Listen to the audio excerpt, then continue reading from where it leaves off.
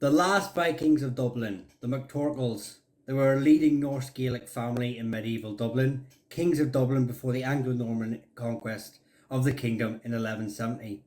The MacTorkels, or Sons of Torkel, their origins are a mystery, and we only really know the founder's name, Torkel. And to help me delve into this subject, I have Philip from Irish Medieval History. Many of you will be aware of his great work over on his channel. Please also like and subscribe that. I will put links below. He's here, obviously, Clans and Dynasties, to talk about the MacTorkels. That's my job. But Irish Medieval History will be there to describe the wider picture of medieval Dublin at that time. So, welcome, Philip. Thank you for coming on to the channel to talk about this amazing period in Irish history. Thanks, Michael, for bringing me on. I'm here No, to waffle about Irish medieval history and how amazing it is. Although Dublin at the time, well, the Turkles are in charge. And by the way, it was very interesting that you said the Turkles were kings of Dublin. All self-proclaimed, by the way. The rightful kings of Dublin at the time, as you should agree with, is the O'Connors. The Turkles, on the other hand, and I'm calling that as a kind of slang thing because they were criminals. That's what they were. They were criminals. And the reason why I'm calling them criminals isn't because they are Vikings, as in pirates, which they were. It's because at the time, what they were doing was completely unacceptable behavior, because we're no longer dealing with the Viking Age. We're now gone into the Irish Reform, which is basically Ireland was becoming, it was basically cleaning itself after the house party, which was the Viking Age. And it was starting to civilize themselves. And the fact that the Turkle family were still going out of their way to commit heinous crimes such as kidnapping, raiding, looting, murdering was completely unacceptable at the time. And it was definitely something that the O'Connors definitely frowned upon. And it doesn't come as a shock to me when I was reading that they had allied themselves with Diarmid MacMail na Mór, another person who many historians would also deem as a criminal for running away to Norman lands to get himself Norman mercenaries to rebel against his Norman, sorry, not his Norman, his Irish king. So no shock is what I'm no. saying. So just off the bat, I am being completely biased. I have read about these people. They are horrible, horrible people. I'm not saying the whole family is. And if you're watching this and you're thinking, oh, well, he doesn't like my family and stuff. No, I like, there's bishops and a lot of members of this family who were decent individuals in this family. It's just the heads of the family in this period aren't. They're outright criminals. And the fact that they even declared themselves, and this is why historians are so confused, were they kings of Dublin? Were they not kings of Dublin? No, they were criminals. They were criminals who declared that they were kings of Dublin. And that's my point of view, you know? Well, we'll And I delve know I don't into specialize, yeah, and I know I don't specialize in the family the way that you yourself does, Michael. But in the bigger picture of things that I specialize in, I'm telling you straight off the bat, in the bigger picture, when you have crusaders and beautiful knights, this isn't the Viking Age. The Viking Age is over. It's gone. This is the age when many Viking people who were Vikings in the past have cleaned up their ways and have joined on to the First Crusade to even with our evil Viking past. And I will be covering this in a video this week on the story of the Irish Viking Crusader, a man who had even gone as far as cutting off the genitals of his brother. But that was his Viking past. You know, he cleaned himself. He goes off and becomes a crusader, and he lives a good, pious life.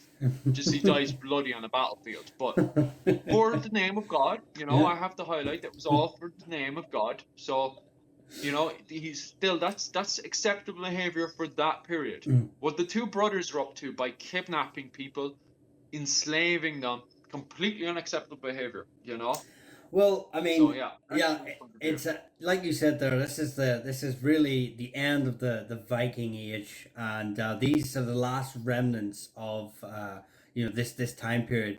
And as you find with any sort of progression in and all the time periods of societies all through history, those ones that just hang on the longest tend to be the most um, let's Sour. say, enthusiastic for their cause. We'll Yeah. just use that terminology. Now, the Turkles, we don't actually know where they come from because they were a native family. There were many native lords, Norse Gaelic lords, families in Ireland, and there's a debate whether they came across with Magnus Berlegs, part of his retinue, and was eventually installed into Dublin as one of these sort of factions to help promote Magnus's sort of ideal, should we say, in Dublin and his future for how he wanted Dublin to be going forward with his growing empire. Um, but like as you've said there, they very quickly aligned themselves with the Gaelic kings or Gaelic Irish kings in Leinster, as you kind of had to do. Now, as I said, Torkel, we don't know much about. Debate about him being king in 1133, around there, self-proclaimed, whatever. We have to go down straight down to his sons Ragnar and Brodor.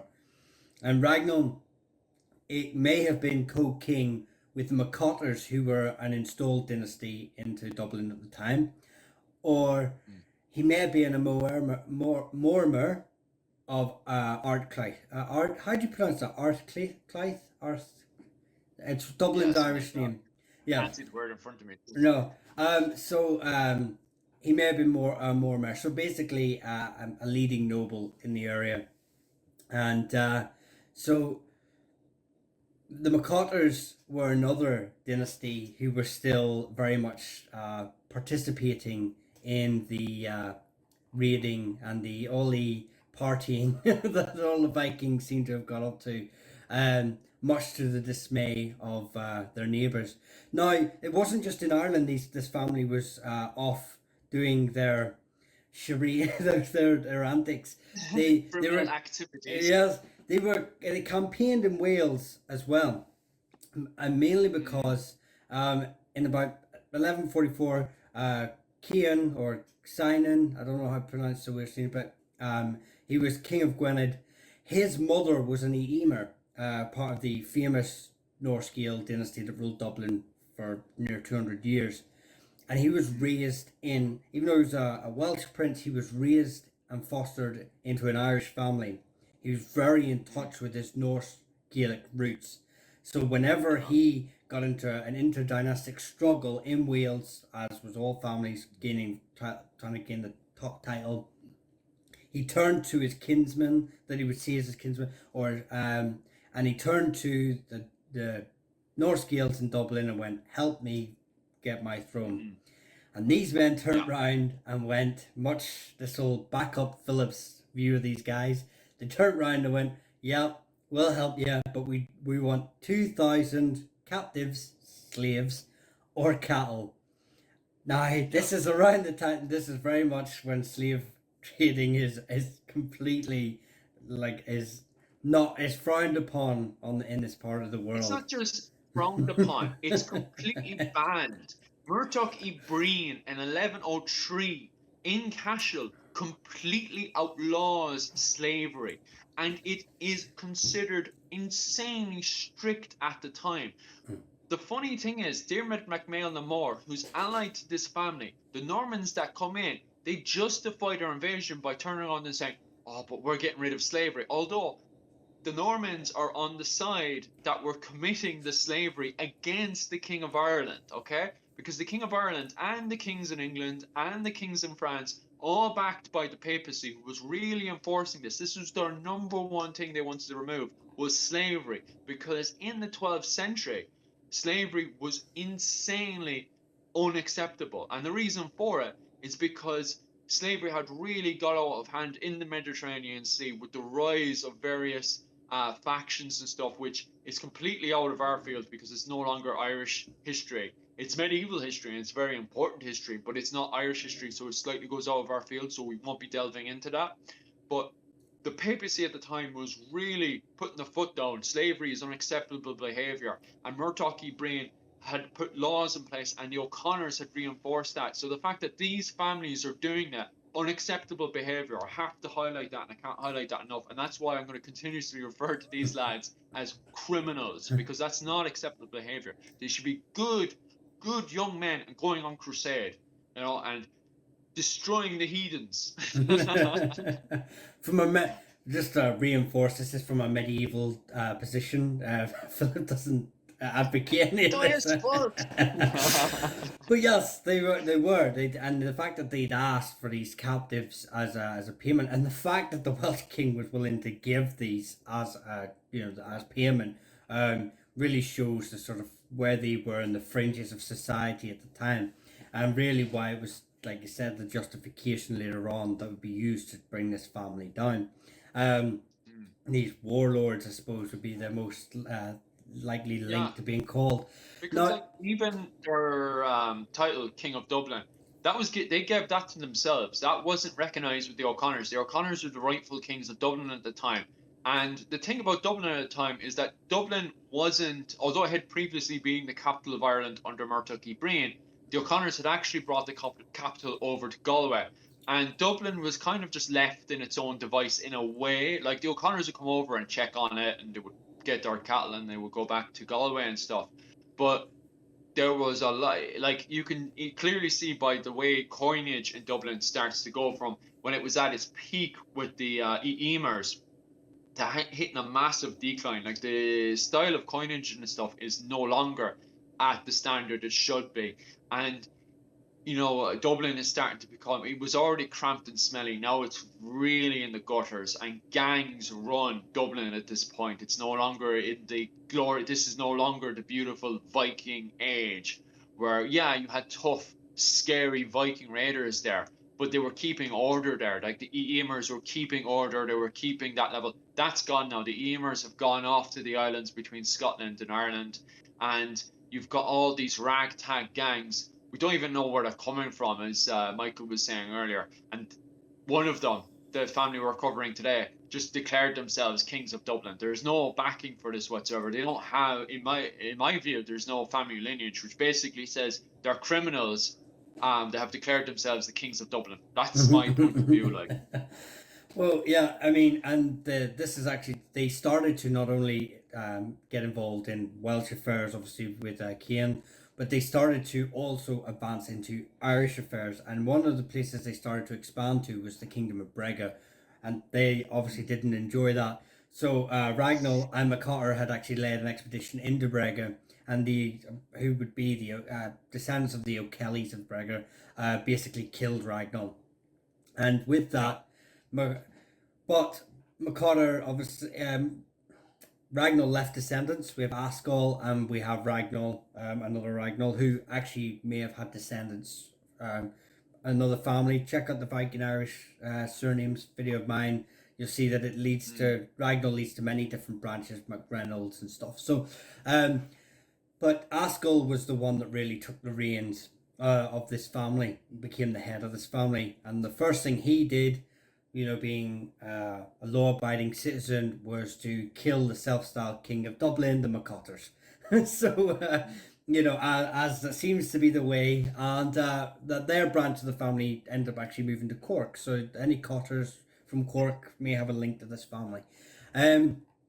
So Ascol, because Brodor sort of was around, but he didn't really get up to much. It was Ascol that really sort of reigned forth. So one of the things that actually, an interesting thing that happened here, the Coven dynasty, who are a cadet branch of the Eamers, had started to form on the Isle of Man. And the Dubliners had sort of said to Gottfried Cruven, we want you to be our king in Dublin. And they actually were making moves, political moves, to have Cruven into Dublin, which really kind of piqued the interest of Dermot McMurrough and the McLaughlins.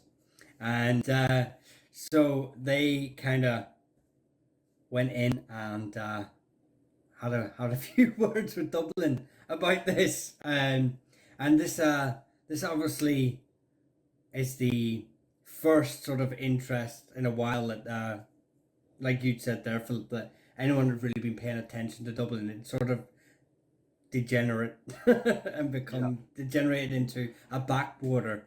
Um, Yeah. Which is very surprising because Dublin should be. And this is why I have a very funny relationship with the O'Connors. I think the O'Connors are amazing and I think they're really pushing Ireland forward. But at the same time, Dublin is one of the best ports. Now, I'm not just saying it because I was born in Dublin.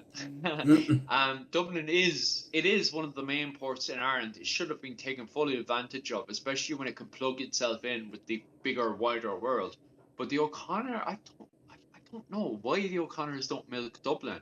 Instead, they kind of just leave it to the gutter.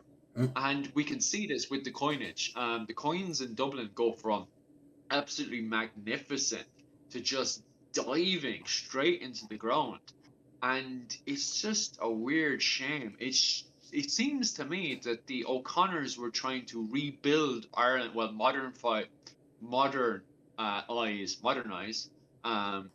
Ireland, but they were starting from their own part of Ireland, Galway, and kind of building their way around because you could see the word castle suddenly appears in all the literature and stuff.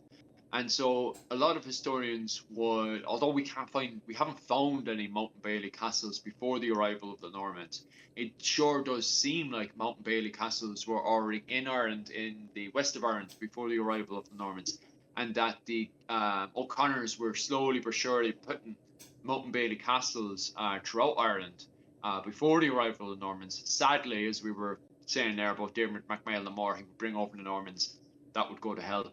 But it's maybe that's where the O'Connors were starting from. I think they should have started with Dublin, like the O'Briens were doing before them, and then worked out from there. I don't know. I don't know what they were thinking. That's just a theory of mine. well, yeah. Obviously, Dermot starts paying closer attention to. He is technically the overlord of Dublin, and with the O'Connors being the overlord of him. And he starts paying closer attention, and he actually, it seems to me, he gets into bed with Askell to try and sort of say we don't want Godfrey Craven in here because Craven at this time owns many of the isles off the west coast of Scotland. He owns the Isle of Man. He is still that, although Dublin is shedding its Vikingness and adopting this new sort of, on the foundations of this modern feudalism that would be modern then. Yeah. The west coast of Scotland and the Isles and stuff, they're still very much, I'd say, the badlands of the time. They're still very much embracing that Viking heritage that they have. In many ways, these sort of families would actually become the Galloglass. So the transition that they transition into, unlike the Irish and the Welsh and the Anglo-Normans who would start to adopt this sort of feudalism, well, in Ireland it was more imposed on them. But we get these mercenary raiding families who become the Galloglass. They didn't want this, basically going back to, they didn't want this coming into Dublin because that's a threat to the Kingdom of Leinster and therefore the O'Connor's territory. So Askell and Dermot McMurray get into bed together and sort of agree to, I will run Dublin, you run Leinster, and I'll pay you, whatever it is. Rubbish coins, according to Philip. So Yeah. Word, like. yeah. But as we all know, with the that didn't last too long because we all know that Dermot eventually gets on the wrong side of the O'Connors and is expelled from Leinster, his kinship in Leinster, the first time, and he turned to the McTorkles and said, "We're buddies, help me out," and they literally gave him two fingers and told him, "Get lost." Expect from criminals, like. What do you expect from this the family of criminals? They're just looking out for themselves. Yeah. I'm not like I need to highlight again. I'm not having a go off the family itself, because at the same time there is bishop and clergy who are really good, decent members of the family and stuff. It's just those two lads are trouble. They are trouble with a capital T. Well, They're the black sheep. Well, Dermot does come back. He comes back. He's allowed to keep his kinship of Leinster. O'Connor sort of said to him, "Look, I need someone like you to run the ship. Just stop being a naughty boy." Um, but the O'Rourke's have a long-standing issue with Dermot, and they push with the McTorkles, and O'Connor is eventually forced to basically head to Leinster and get rid of Dermot. But Dermot knows this and jumps ship again to England, thus leading to the famous, arrival of the Anglo-Normans into Ireland. And the first batch arrived in 1167. There wasn't really enough of them to make a huge impact into Ireland, and they're sort of just hanging around the ferns, not really able to do much because there's not enough of them. But the big hitters are very short behind them, and they eventually do start to take Waterford, and then they take Dublin, and that is the end of the McTorkle's reign. Not legitimate or unlegitimate, of Dublin, and the beginning of basically Northern Ireland. But Yeah. It's the end of Ireland and the reform. Very short-lived. yeah, yeah. Holy Ireland out the window. Well, this is it. The Askell did leave. He survived the initial taking over of Dublin, and he did leave to go overseas. And it says they went to the Isles, but we don't know where he went. But and no doubt tried to make gains to try and get his land back. To be fair, like you have said here, many branches of the families did still retain land in the area.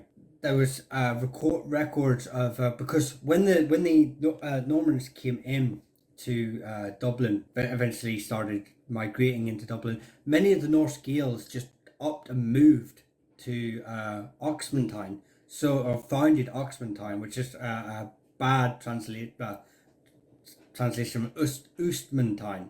The Ustmen of was their original sort of name. So there were many branches of this family that still existed in around Dublin and Oxmantown.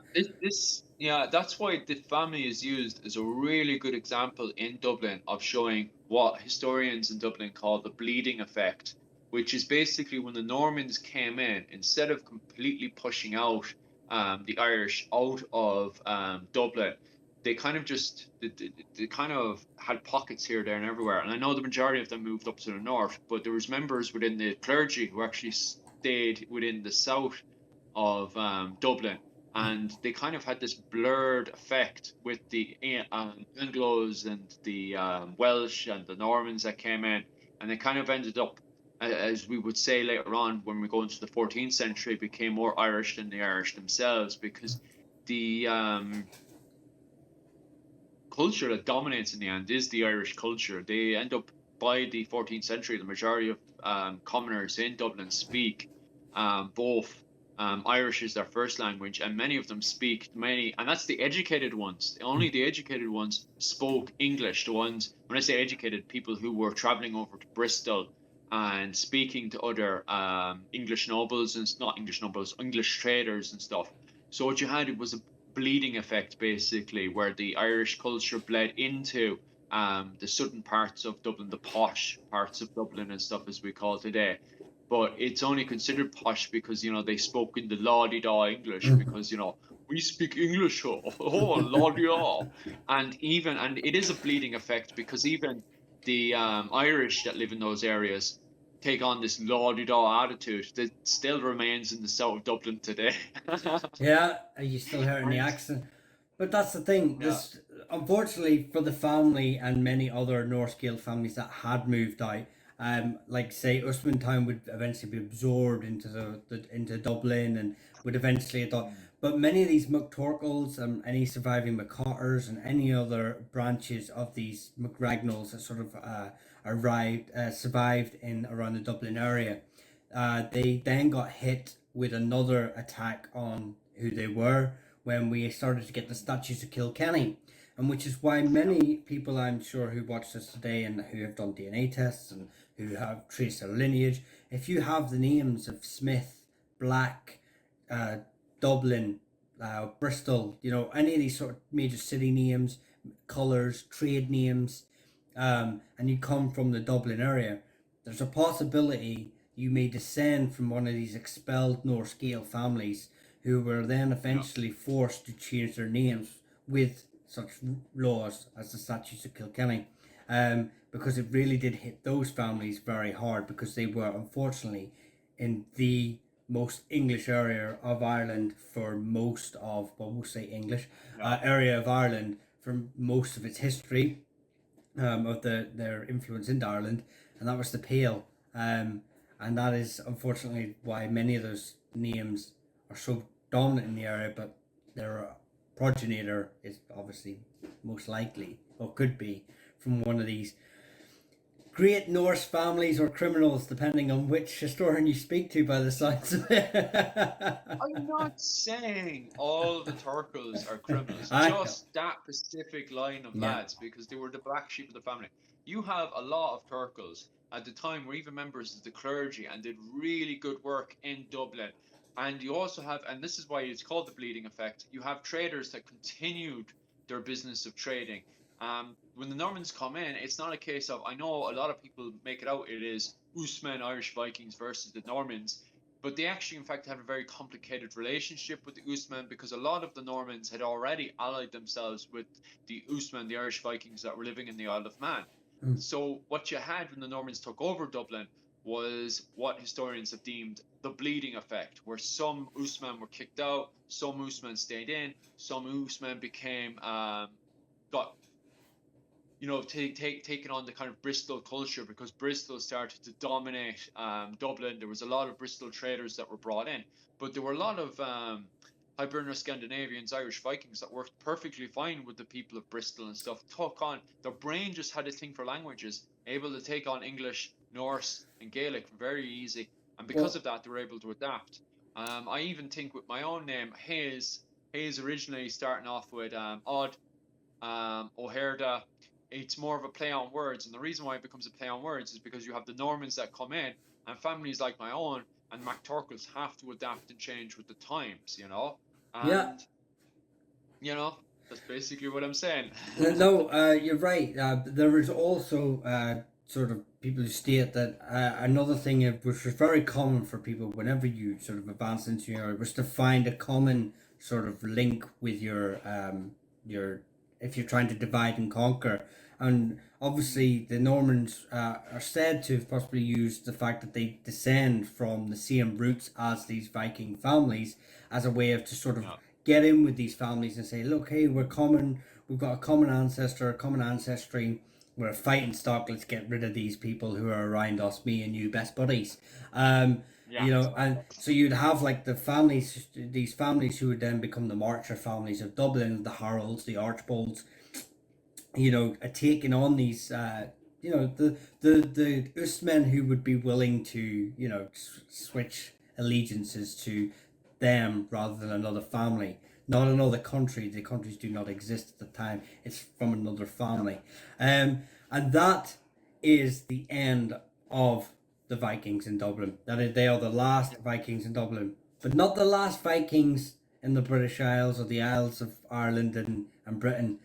They are Yeah. still hanging on in the west coast of Scotland, which we will cover Well, again. the crazy thing is that you still, yeah, I was even going through literature the other day on the Annals of Ulster, and Ragnar pops up in the 1400s, and I'm like, what is somebody with a Viking surname doing in Northern Ireland, allying themselves with the O'Neills to fight the English? And I'm like, this period never ends, and those families continue going a Viking. They continue doing Viking raids into the 1600s. Most famously is the O'Malley clan, although Gaelic, still go off and commit, as you would call, Viking raids. And then a lot of those clans, and even the ones that originate with the Vikings, when it goes into the 1700s, they just become pirates and they move off to the Caribbean. So did the Viking Age ever really end? You know? Well, no, not if you want to use the title of obviously the Viking being profession. Like you said, the O'Malleys, the O'Driscolls, famous Mm. raider, raiding families. So these there were Murphy branches. Murphy actually means like seafarer. So these sort of names do exist, and Yeah. but then again, we could just say that's our heritage anyway, because we all know the famous story of how St. Patrick arrived in Ireland supposedly. So we knew how to sail a ship or two, but way before the Vikings arrived. But that is it, really. That was the video. We just wanted to show you the Viking history and the last bit of Dublin.